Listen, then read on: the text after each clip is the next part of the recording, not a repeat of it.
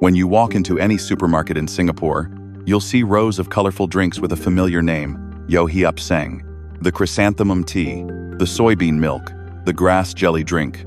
For many Singaporeans, these aren't just beverages. They're childhood memories, bottled up in yellow and red Tetra Pak cartons. But behind these familiar drinks lies a story few people know. A story of ambition, of innovation, of betrayal, and of a family torn apart by greed and pride. This is the tale of how the Yeo family built an empire over nearly a century only to lose it all in a few short years, to an outsider who swooped in while they were too busy destroying each other. And it begins not in Singapore, but in a small town in Fujian, China, over 100 years ago. In the year 1901, in the coastal province of Fujian, China, a man named Yeo Empire opened a modest soy sauce brewery. It was a simple operation, nothing fancy, just traditional brewing methods passed down through generations. The business was called Yeo Hiap Seng, which loosely translates to Yeo's cooperative success. The name itself was prophetic, emphasizing the importance of cooperation and working together, values that would define the company for decades. Little did Yeo Empire know that this small brewery would one day become a household name across Asia, worth millions of dollars and serving hundreds of millions of customers. The Yeo family, like many Chinese families of that era, believed in hard work, cooperation, and family values rooted in Christian ethics. These weren't just empty words, they were principles that guided every business decision, every family gathering, every dispute that needed resolving. The Yeos believed that as long as the family stayed united, nothing could stop them. But in the 1930s, political instability and economic hardship in China forced the Yeos to look elsewhere for opportunity. Civil war was tearing the country apart, and it became clear that staying in Fujian was no longer viable. They set their sights on Singapore, a bustling port city where Chinese migrants were building new lives and fortunes under British colonial rule. In 1938, the Yeo family made the difficult decision to relocate to Singapore. They packed up what they could, said goodbye to their ancestral home, and re-established the Yeo Hiap Seng sauce factory in their new home. Starting over in a foreign land wasn't easy. They had to learn new regulations, navigate a different market, and compete with other established businesses. But the Yeos were determined and resourceful. They continued producing soy sauce using the same traditional methods from Fujian, staying true to their roots while adapting to the local market. Singapore's Chinese community, many of whom were also immigrants from Fujian, embraced their products. Word spread about the quality of Yeo's soy sauce, and slowly but surely, the business began to grow. The real transformation came in the decades following World War II and Singapore's independence in 1965. The Yeos weren't content with just making soy sauce. They saw the changing landscape of Southeast Asia, rapid urbanization, rising incomes, and a growing middle class with new consumption patterns. They began experimenting with new products. Canned foods that could last longer in tropical heat, ready-to-drink teas that catered to busy workers, and innovative beverages that combined traditional Chinese herbs with modern convenience.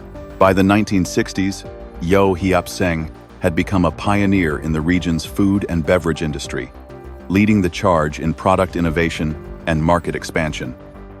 In 1969, the company made a historic move that would change everything. Yeo Hiap Seng went public, listing on the Singapore Stock Exchange. This was a massive milestone, not just for the Yeo family, but for Singapore's entire business landscape. At that time, there were very few family businesses willing to go public, fearing loss of control. But the Yeos were smart. They structured the listing carefully, with the family's shares held through a holding company, ensuring they maintained control, even as the business expanded and outside shareholders came in. The initial public offering raised substantial capital, which was immediately reinvested into expanding production facilities and launching new products. The 1970s and 1980s were nothing short of golden years for Yeo Hiap Seng. The company introduced innovations that changed the game not just in Singapore, but across Asia. In the late 1970s, they became one of the first Asian companies to adopt Tetra Brick aseptic packaging. those rectangular cartons you see everywhere today. This Swedish technology was revolutionary. It allowed them to produce drinks that didn't need refrigeration before opening, making their products accessible to millions across the region who didn't have reliable electricity or cooling systems. Schools could stock them in canteens. Small shops in rural areas could sell them.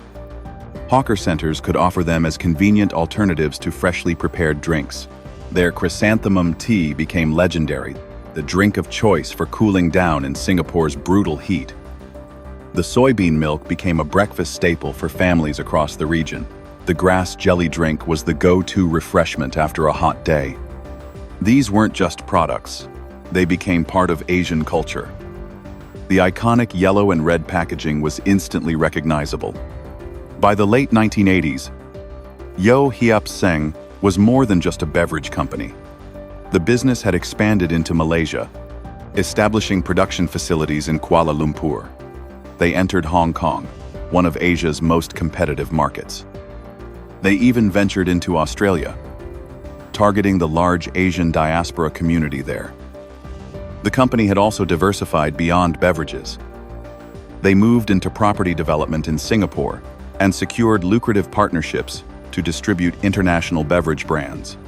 From Coca-Cola to other global names, everyone wanted to work with Yeo Hiap Seng because of their distribution network and deep market knowledge. At the helm of this growing empire was Alan Yeo, the chairman and chief executive officer. Alan was ambitious, visionary, and aggressive in his expansion plans. He was educated, articulate, and had a global perspective that many of his generation lacked. He saw Yeo Hiap Seng not just as a family business making drinks, but as a regional powerhouse that could compete on the global stage. He dreamed of taking the company into new markets, launching new categories, and building a conglomerate that would rival the biggest names in Asia. Under his leadership, the company's revenue and market capitalization grew exponentially, but Alan's ambitions didn't sit well with everyone in the family. Not all the Yeos shared his vision. Some family members were traditionalists who believed the company should stick to what it knew best: beverages and food products. They had watched their parents and grandparents build the business slowly, carefully, and conservatively. They were uncomfortable with Alan's rapid diversification into property, which they saw as risky and outside their core competence. They were especially worried about his willingness to bring in external investors and partners. To them, this was a betrayal of the family's values and a threat to their control over the business they had built over generations. The concerns weren't entirely unfounded. Property development is capital-intensive and cyclical. The partnerships with international brands, while profitable, also meant sharing margins and becoming dependent on others. But what really pushed the traditionalists over the edge were two catastrophic ventures in 1989. Alan led a $52 million acquisition of Chungking, an American tinned food giant. It was supposed to be Yeo Hiap Seng's big entry into the American market, a bold, visionary move. Instead, it turned into a money pit. The acquisition lost millions and never achieved the synergies Alan had promised.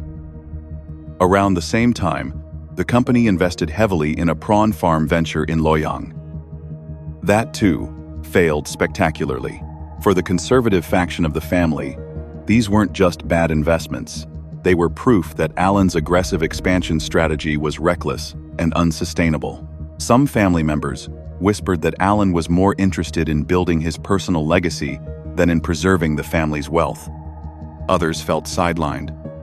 They had worked in the business for years but felt Alan made all the major decisions without proper consultation. The Chungking disaster became the breaking point. By 1993, the conflict had reached a breaking point. A faction of the Yeo family, led by several of Alan's cousins and relatives, made a bold move. They wanted Alan out. They believed that removing him from power was the only way to save the company from what they saw as his dangerous expansion plans and restore it to its traditional, conservative roots. They called for emergency meetings, rallied other family members to their side, and prepared to vote Alan out of his position. Alan, however, wasn't going down without a fight. He believed passionately in his vision for the company and felt betrayed by relatives he had trusted. He saw their actions not as legitimate business concerns, but as petty jealousy and fear of change. He fought back, hiring lawyers and attempting to dissolve the family's holding company in a desperate bid to break free from his relatives' control. If he couldn't run the company his way, he reasoned, perhaps it was better to split everything up. The family feud escalated into a full-blown legal battle that played out in Singapore's courts. Lawyers were hired, expensive ones. Accusations were made public in court filings. Dirty laundry was aired. The once unified Yeo clan splintered into warring factions. Some siblings stopped speaking to each other. Family gatherings became awkward, tense affairs, or were avoided altogether. The courtroom drama was messy, painful, and very public. Newspapers covered every twist and turn with salacious headlines. The reputation of the Yeo family, once admired throughout Singapore's business community for their integrity and success, was tarnished. Business partners watched nervously, wondering if they should distance themselves from the chaos. The most tragic part of this story is that while the Yeos were busy fighting each other, they completely failed to notice the real danger lurking outside their gates. Their shares, once held tightly within the family through the holding company, were now fragmented. The legal battles had forced some restructuring. Alan had successfully petitioned the court to dissolve the family holding company, which scattered the shares even further. Some family members, frustrated or in need of cash to pay legal fees, had quietly sold their stakes in the open market. Others were so distracted by the feud that they weren't paying attention to the company's share registry or who was accumulating positions. That quiet accumulator was Ng Teng Fong, one of Singapore's most successful and shrewd property developers. Ng was the founder of Far East Organization, which had built countless residential and commercial properties across Singapore. He had made a fortune in real estate and was always looking for new opportunities. But what really caught Ng's eye wasn't just the beverage business, it was the land. Yeo Hiap Seng owned 4.4 hectares of prime industrial land in Bukit Timah, and the Singapore government had recently rezoned it for residential use. For a property developer like Ng, this was a gold mine waiting to be unlocked. The irony was almost poetic. The property diversification that the traditionalist Yeos had opposed so strongly was now exactly what made their company such an attractive takeover target. When Ng saw what was happening at Yeo Hiap Seng, a valuable company with strong brands and prime real estate being torn apart by family drama, he saw an opportunity. Through his investment vehicle, Orchard Parade Holdings, Ng began quietly buying up shares in Yeo Hiap Seng, piece by piece, steadily and methodically, without drawing attention to himself. By July of 1994, after Alan's successful petition to dissolve the family holding company, Ng Teng Fong had become the largest shareholder in Yeo Hiap Seng, much larger than any individual Yeo family member now held. The Yeos, still embroiled in their bitter internal conflict, didn't realize what was happening until it was far too late. By the time they noticed, Ng was already the largest shareholder. In 1995, the battle for Yeo Hiap Seng began in earnest. But this wasn't just a simple takeover bid. It turned into an all-out war between two of Asia's most powerful tycoons. Ng Teng Fong made his move through Orchard Parade Holdings, but he wasn't alone in seeing the opportunity. A Malaysian tycoon named Kwek Leng Chan, another property magnate who ran the Hong Leong Group, saw the same prize, especially that valuable Bukit Timah land. Kwek launched a rival bid through his companies, First Capital Corporation and Camerlin Group. What followed was a protracted bidding war that captivated Singapore's business community. Counteroffer after counteroffer. Accusations flew. Shareholders were courted aggressively by both sides. The Yeo family, fractured and powerless, could only watch as two outsiders fought over the company their ancestors had built. Ng Teng Fong eventually prevailed. His deeper pockets, stronger relationships with existing shareholders, and better strategic positioning won the day. By the end of 1995, Ng's Far East Organization had secured approximately 87% of Yeo Hiap Seng's shares, giving him overwhelming control. The Yeos, The family that had built the company from a small soy sauce factory in China to a regional powerhouse worth hundreds of millions of dollars were forced to step back. After nearly a century of stewardship, spanning 4 generations, they had lost control of their own empire. The company would continue, but it would no longer be a Yeo family business. For Alan Yeo and his relatives on both sides of the feud, the loss was absolutely devastating. The business they had poured their lives into, that their parents and grandparents had built with sweat and sacrifice, was now in the hands of outsiders. The irony was crushing. If they had just put aside their differences and stayed united, as their founder Yeo Lian had envisioned with the name Cooperative Success, they could have easily fended off any takeover attempt. But they had been so consumed by fighting each other that they had handed their enemy the keys to the kingdom. Even as the Yeo family's direct management ended, their legacy lived on in an unexpected way. Yeo Hiap Seng continued to operate under the Ng family's ownership, and the brand remained beloved across Asia. The chrysanthemum tea, the soybean milk, the grass jelly drinks, they were still there on supermarket shelves, still bringing nostalgia and comfort to millions of consumers who had no idea about the dramatic change in ownership. The Ng family was smart enough to keep the branding, the recipes, and the heritage intact because they understood that's where the value lay. But the company was no longer what it once was. Without the Yeo family's deep emotional investment and multi-generational knowledge, the magic started to fade. Innovation slowed. Market share began to erode as new competitors emerged. Profitability declined. The glory days of rapid expansion and market dominance were over. The company became just another portfolio asset for the Ng family's larger conglomerate, rather than a passionate family mission. Today, Yeo Hiap Seng still exists, and still produces those iconic drinks that Singaporeans and Malaysians grew up with. You can still find their products in supermarkets and convenience stores across Southeast Asia. But it operates on a much smaller scale than during its peak in the 1980s and early 1990s. The brand endures on nostalgia and heritage, but the story of how the Yeo family lost it has become one of the most talked about cautionary tales in Singapore's business community. The story is taught in business schools across Asia as a case study on family business succession. It's cited in boardrooms when families discuss governance structures.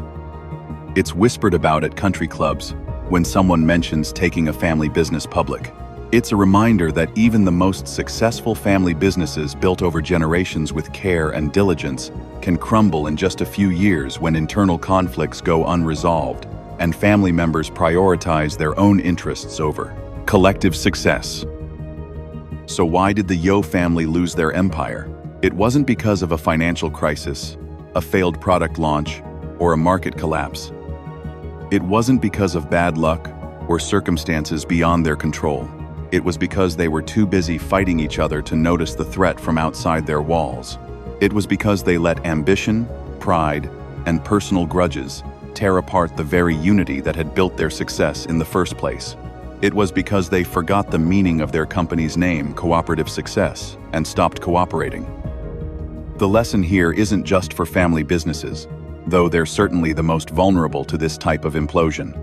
It's a lesson for any organization, any team, any group of people working toward a common goal. Internal division is the greatest threat to success. When you're fighting your teammates, your competitors don't need to do anything. You're already doing their work for them. The story of Yeo Hiap Seng is more than just a business story. It's fundamentally a human story, a tragedy of a family that had everything and lost it all because they couldn't see past their differences. It's about how success can breed complacency and how family ties, which should be the strongest bonds, can become the most bitter battlegrounds when things go wrong. The next time you pick up a carton of Yeo's chrysanthemum tea or soybean milk, take a moment to remember the family behind the brand. Remember the empire they built over 4 generations through hard work, innovation, and cooperation. And remember how quickly it all fell apart when that cooperation turned into conflict. It's a reminder that success isn't just about building something great. It's about having the wisdom, humility, and forgiveness to hold it together. Thank you for watching.